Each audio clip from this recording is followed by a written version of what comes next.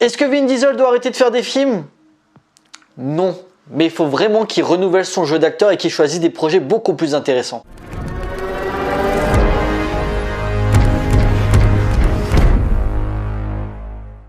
Bonjour à tous, et une question de Bloodshot réalisé par David Wilson. That is absolutely fantastic. L'histoire suit Ray Garrison, un soldat américain qui après une mission réussie à Mombasa, se fait tuer lui et sa femme par des mercenaires. Malgré cela, il se fait ressusciter par une société spécialisée dans la cybernétique. Grâce à l'injection de nanites, son corps est doté de capacités et de régénération surhumaine. Alors que sa mémoire a été effacée, il revoit des bribes de son passé. Il va par la suite découvrir qui il est vraiment et va décider de se venger des gens qui ont joué avec sa vie. Adaptation d'un comics de chez Valiant qui me dit rien du tout. Je connais Marvel, DC ou encore Dark Horse, mais Valiant, je ne connais pas cette maison d'édition. Héros violent et torturé, Bloodshot a droit à sa propre adaptation portée par Vin Diesel dans le rôle principal, avec pour ambition, comme Marvel et DC Comics, de créer son propre univers étendu basé sur les comics de la maison mère Valiant. Mais cette grosse production dont la carrière au box-office a été stoppée par la pandémie du Covid-19 a-t-elle les épaules nécessaires pour débuter une nouvelle saga cinématographique populaire? La réponse est non.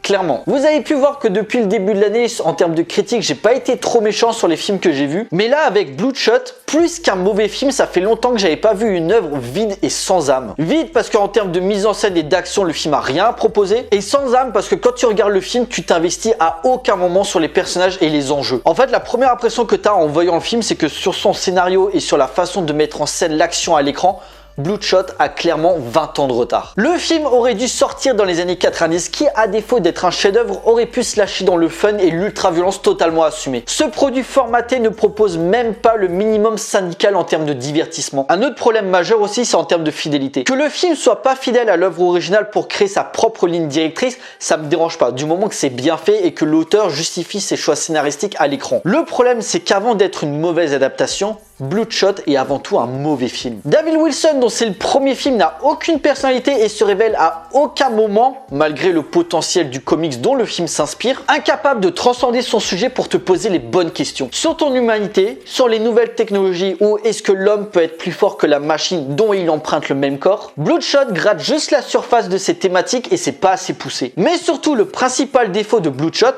c'est son acteur principal. Ray Garrison est une caricature de Vin Diesel qui fait du Vin Diesel. Que ce soit dans sa façon de parler, dans sa façon de se battre ou encore de s'habiller. Genre par exemple dès le début quand il rentre de la mission, il revient du camp militaire, il fait une petite blague avec ses potes de combat. T'as la belle pépé qui l'attend dans la voiture et il se passe quoi? Il enlève sa veste et il est en débardeur. J'ai l'impression de voir Dominic Toretto dans Fast and Furious. On en est là. Parce que sa situation c'est quoi? On a tué sa copine, donc sa famille, et c'est juste une histoire de vengeance toute basique avec des super pouvoirs et des tourments psychologiques en plus. Parce que oui, en gros, on joue avec sa mémoire, l'agence qu'il a créée, et elle remet en boucle ses souvenirs. Change certains trucs dans les visions pour qu'il aille tuer des méchants terroristes. Une sorte de super soldat qui n'est pas vraiment maître ni de ses actions, ni de ses émotions. Sauf que l'acteur a deux émotions. Le regard noir, genre je suis méchant quand je me bats, et son fameux sourire de beau gosse qui nous refait à chaque fois. C'est mou, c'est pas intéressant, et Vin Diesel, il y a un possé tic. Ces thématiques qui lui sont chères, en particulier ceux de Fast and Furious. Sans oublier les scènes d'action qui sont juste regardables, et encore je suis gentil. À part la scène dans le tunnel où Vin Diesel utilise de la farine pour aveugler ses ennemis, scène qui est juste correcte. Parce que pour se donner un style, le réalisateur se contente de foutre des ralentis placés au hasard dans l'action. Éventuellement, je garderai le travail des couleurs et une recherche visuelle un tant soit peu recherchée, en particulier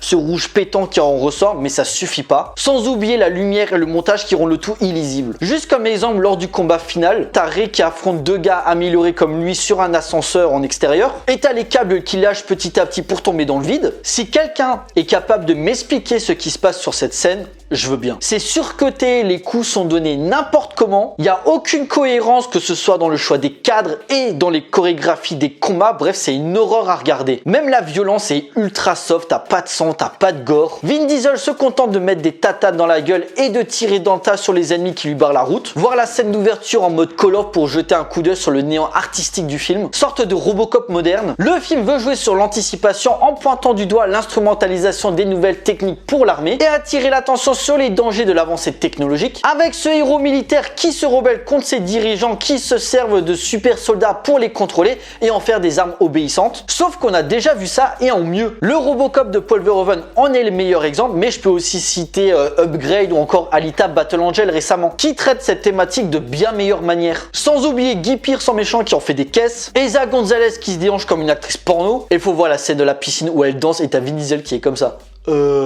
Ridicule. Sans oublier le nerd de Black en mode sidekick du pauvre avec ses blagues pourries, Bloodshot gâche tout le potentiel que le comics peut proposer pour en faire un film qui n'est juste pas fun, vide de substance, atrocement laid visuellement dans l'ensemble à quelques exceptions près, mais surtout sans intérêt. Certes, le film n'a pas 200 millions de patates comme certains Marvel, mais c'est pas une excuse pour filmer les scènes d'action n'importe comment. En conclusion, Bloodshot est nul, à peine regardable un dimanche pluvieux, qui mérite parfaitement sa diffusion VOD plutôt qu'une sortie en salle. Le film est fainéant, manquant clairement d'originalité et de dynamisme dans l'action, porté par un casting en totale roue libre et par un scénario ultra revu et téléphoné qui accumule les gros clichés, un gros blockbuster qui se révèle être un produit bien Z mais sans être ni divertissant, ni drôle, ni même violent pour avoir un minimum d'intérêt que ce soit dans les bastons ou une quelque mise en scène recherchée. Reste quelques visuels intéressants et un ou deux combats plutôt corrects, mais 10 minutes de film ne suffisent pas à excuser la nullité de la chose. Bloodshot ou comment foutre en l'air un comics iconique et en faire un beau gâchis gras et stupide qui ne fait pas honneur à son matériau d'origine. Bref, l'une des bonnes grosses boosts de l'année à éviter de toute urgence. Voilà, cette vidéo est à présent terminée. J'espère que ça vous a plu. N'hésitez pas à liker, à partager auprès de vos amis si vous en avez. N'hésitez pas à me laisser des commentaires pour me dire ce que vous avez pensé du film. Pensez à me suivre sur Facebook, Twitter, Instagram, Tipeee ou encore Utip si vous voulez soutenir la chaîne. Ça vous coûte rien, vous avez juste à regarder une petite pub. Et pensez à vous abonner, c'est super important pour moi. Pour nous, on se retrouve pour une prochaine vidéo. D'ici là, portez-vous bien, allez voir des films.